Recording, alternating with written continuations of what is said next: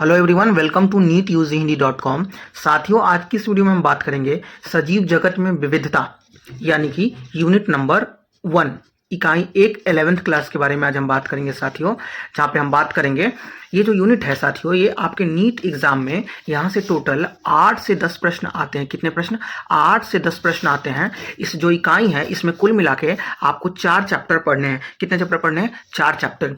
जीव जगत अध्याय 1 जीव जगत का वर्गीकरण, अध्याय 2, अध्याय 3 वनस्पति जगत और अध्याय 3 प्राणी जगत के बारे में पढ़ने हैं। तो साथियों, हर एक इकाई में जब हम शुरू करते हैं हर एक इकाई में, तो हर एक इकाई को पढ़ने से पहले आपको एक वैज्ञानिक के बारे में पूछा जाता है या बताया जाता है। तो ये जो हमारा जीव जगत में विविधता एक इकाई है, इसमें हमें अर्नस्ट मेयर के बारे में पढ़ना है। साथियों, अर्नस्ट मेयर के बारे में पढ़ना है। यहाँ से अभी तक एक प्रश्न बने हैं आपके नीट पेपर में। तो आगे हम देखते हैं कौन कौन से ऐसे तथ्य हैं जो कि आपको जरूर जानना चाहिए अर्नस्ट मेयर के बारे में। तो अर्नस्ट मेयर का जो जन्म हुआ था, अर्नस्ट मेयर का जन्म 5 जुलाई 1904 में हुआ था। इनके जन्म का स्थान था कैंपटन, जर्मनी। ठीक है। उसके बाद इन्हें हम विकासपरक जीव वैज्ञानिक के भी नाम से जानते हैं। ये क्या है? ये एक एवोल्यूशनरी बायोलॉजिस्ट हैं जिसको हम विकासपरक जीव वैज्ञानिक कहते हैं। इन्हें हम 20वीं सदी का डार्विन भी कहते हैं। 20वीं सदी का डार्विन इसलिए कहते हैं क्योंकि इन्होंने जीव विज्ञान के क्षेत्र में बहुत ही उल्लेखनीय काम किया, इसलिए हम इन्हें जीव विज्ञान का 20वीं सदी का डार्विन भी कहते हैं। अर्नस्ट मेयर को दुनिया के 100 महान वैज्ञानिकों की सूची में भी रखा जाता है। ठीक है, 100 महान वैज्ञानिकों की सूची में भी रखा जाता है, इसलिए हम इन्हें 20वीं सदी का डार्विन कहते हैं। साथियों, अभी जो चल रहा है वो 21वीं सदी चल रहा है, तो हम इन्हें 20वीं सदी का डार्विन कहते हैं। ठीक है। इनका वैज्ञानिक जो जीवन काल 80 वर्ष का था। इनका जो वैज्ञानिक जीवन काल था, इन्होंने 80 वर्ष अपने विज्ञान के क्षेत्र में इन्होंने काम किया था। साथियों, तो विज्ञान के क्षेत्र में काम किया था।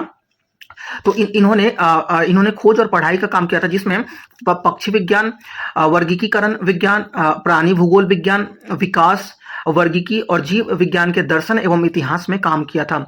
अर्थात इन्होंने ऑर्निथोलॉजी, टैक्सोनॉमी, जियोज्योग्राफी, एवोल्यूशन, सिस्टमेटिक और history and philosophy of biology में काम किया था। ठीक है साथियों, इन्होंने विकासीय जीव विज्ञान के केंद्रित प्रश्न जाति विविधता की उत्पत्ति का भी प्रश्न पूछा था, और इन्हें जाति वर्गीकरण का स्वीकृत परिभाषा मेयर ने दिया गया था। कॉन्सेप्ट ऑफ स्पीसीज था, वो किसने दिया था?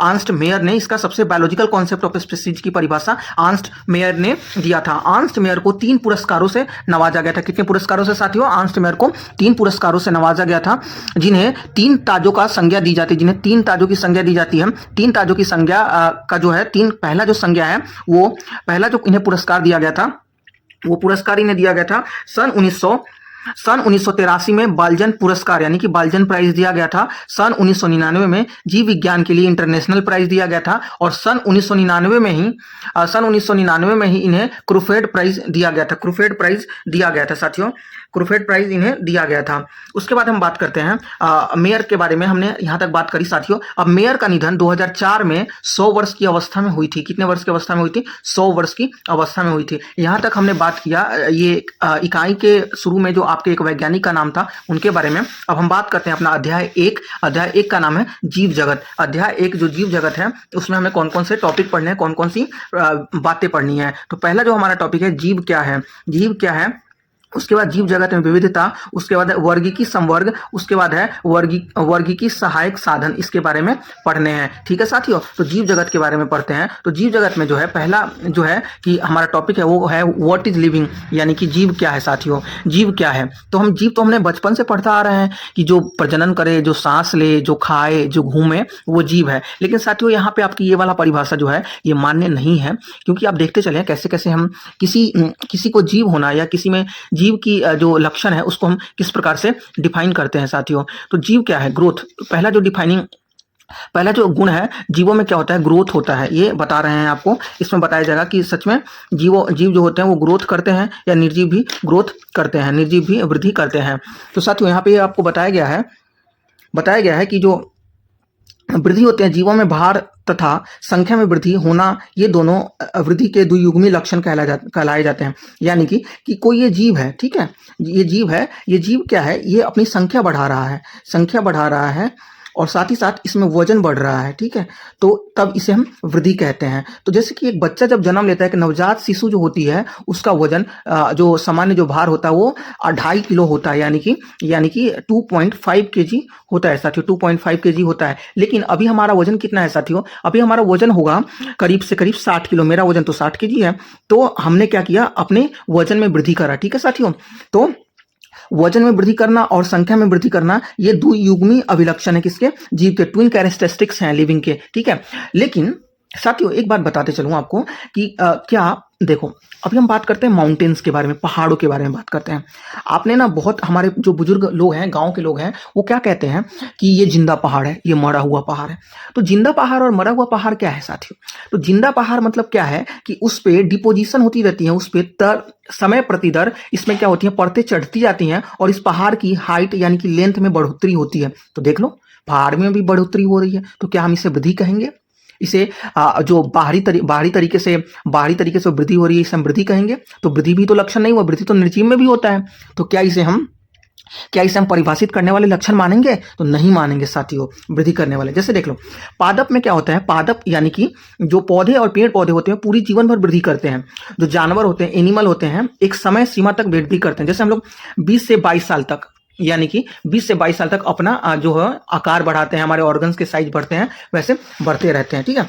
वहीं एक कोशिकीय जीव क्या है? जैसे कि आप अमीबा का ले, तो अमीबा में देखो, अमीबा में जो है द्विखंडन विधि के द्वारा विभाजन हुआ जिसे कि हम समावेशी घटना कहते हैं। इसमें हुआ कोशिका विभाजन भी हुआ, वृद्धि भी हुआ और प्रजनन भी हुआ, ठीक है। अतः वृद्धि को हम जीव का एक विशिष्ट लक्षण नहीं कहेंगे। क्या नहीं कहेंगे? जीव का एक विशिष्ट लक्षण नहीं कहेंगे। अगला जो हम आते हैं, अगला जो हमारा है वो हम जो हमारा अगला जो कैरेक्टर है, अगला जो हमारा जो लक्षण है, वो क्या लक्षण है? वो है प्रजनन यानी कि जनन लक्षण के बारे में साथियों बात करें। जनन क्या होती है साथियों?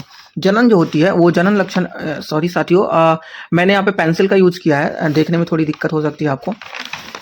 नेक्स्ट टाइम से हम नहीं करेंगे पेंसिल का यूज। यहाँ पे देखो, यह भी जीवों का विशिष्ट लक्षण नहीं है, यह जीवों का विशिष्ट लक्षण नहीं है, क्योंकि आप जानते हैं कि सारे जो जीव होते हैं वो प्रजनन नहीं कर सकते हैं या जनन नहीं कर सकते। अब आप बात करो एक बाज महिला, यानी कि एक इनफर्टाइल वुमेन या एक इनफर्टाइल मेल, जो बाज पुरुष होता है, क्या वो रिप्रोड्यूस नहीं कर पा रहे, वो प्रजनन में भाग नहीं ले पा रहे, वो प्रजनन नहीं कर पा रहे, तो क्या हम उन्हें लिविंग नहीं कहेंगे? उन्हें हम लिविंग कहेंगे। खच्चर की बात करते हैं। खच्चर एक ऐसा जानवर है जो कि कभी अपने लाइफ में रिप्रोड्यूस नहीं कर पाता है।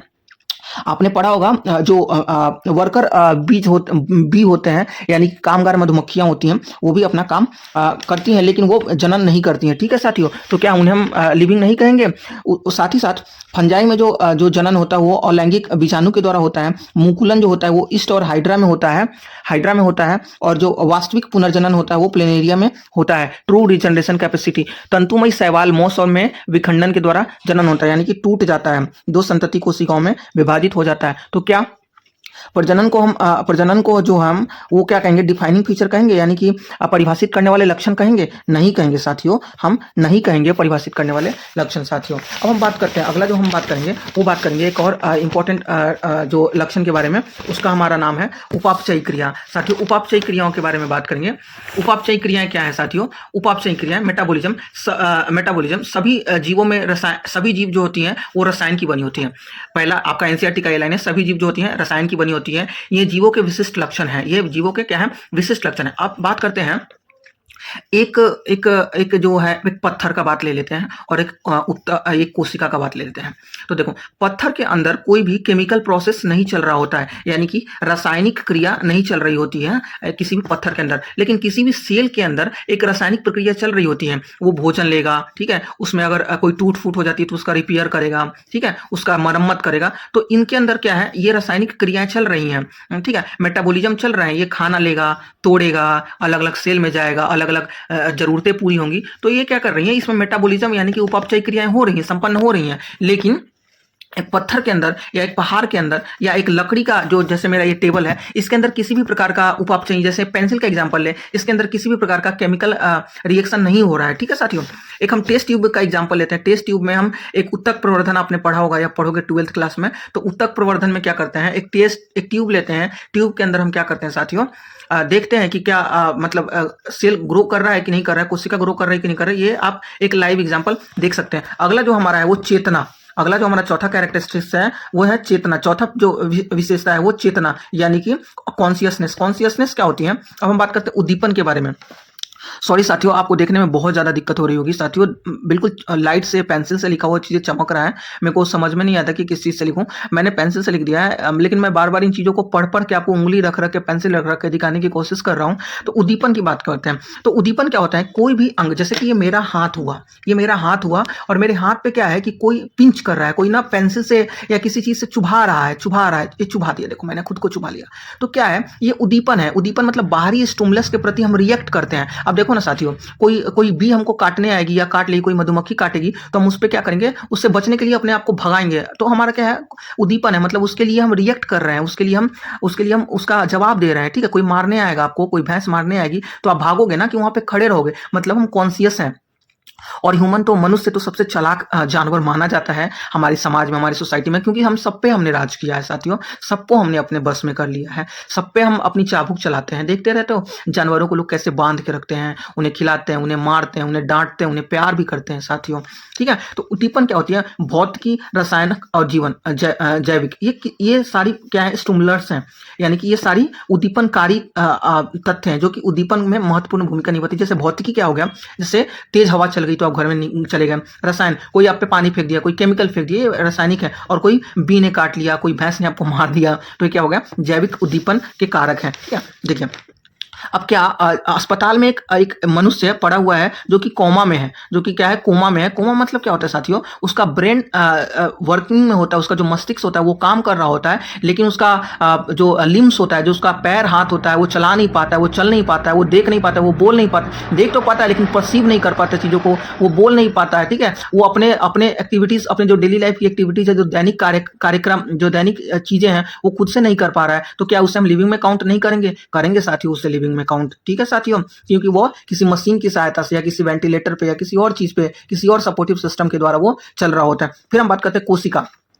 तो लिविंग क्या होती है? कोशिकाओं से बनी होती है, छोटी छोटी छोटी छोटी कोशिकाओं से बनी होती है साथियों। अगला हम जो बात करेंगे, अगला जो हम बात करने वाले हैं साथियों, वो बात करने वाले हैं द लिविंग डाइवर्सिटी के बारे में। डाइवर्सिटी के बारे में हम साथियों क्या बात करेंगे? डाइवर्सिटी के बारे में हम क्या बात करेंगे साथियों कि जो डाइवर्सिटीज होती हैं वो किस तरीके की होती हैं। डाइवर्सिटी क्या होती है साथियों, इसके बारे में हम बात करेंगे। जीवों में विविधता, diversity in the living world. Diversity in the living world में बात करेंगे जैव विविधता। तो संसार में 1.7 से लेकर 1.8 मिलियन, लगभग 18 लाख जो है वो जीवों की संख्या अभी तक ज्ञात हो चुकी है। ठीक है साथियों, जीवों की संख्या ज्ञात हो चुकी है और जीवों की संख्या बढ़ती रही है, बढ़ते जा रही है। जैसे जैसे हम नई स्थानों का खोज कर रहे हैं वैसे वैसे हम जीवों की संख्या भी बढ़ती जा रही है। ठीक है साथियों, तो जीवों का संख्या बढ़ रही है, तो नए जीवों के खोज के साथ हम उनका नाम रखेंगे, उनको पहचानेंगे कि क्या है ये, किन चीज़ों से ये मिल रहा है। ठीक है साथियों, तो पहचानने की क्रिया और नामकरण की क्रिया, इसके बारे में हम जानेंगे। और नाम भी रखेंगे तो उसका कुछ सर्टेन नाम रखेंगे। ठीक है साथियों, अलग अलग नाम हम नहीं रख देंगे। अगर पता लगे कि हम है यहाँ पे, जैसे अपन दिल्ली में रहते हैं, अपन राजस्थान में रहते हैं, तो वहाँ के लोकल नेम अलग होते हैं, यानी कि स्थानीय नाम अलग होता है और जो एक कोडिंग होती है उसका नाम अलग होता है। जैसे वैज्ञानिक जो है वो कुछ प्रकार की चीज़ों को विकसित कर चुके हैं जिससे हम कोडिंग अच्छे तरीके से कर पाते हैं, कुछ नामकरण प्रणाली विकसित की गई है। साथियों, अब जो अगला हमारा जो टॉपिक्स है या अगला जो रेस्ट ऑफ द जो कुछ बचे हुए पार्ट है उसको हम अगले वीडियो में कंटिन्यू करेंगे साथियों। वीडियो बहुत लंबा हो रहा है, वीडियो कैसा लगा हो? बहुत मेहनत कर रहा है मैंने इस वीडियो पे। लाइक करें, शेयर करें और सब्सक्राइब करें। बहुत बहुत धन्यवाद साथियों आपका।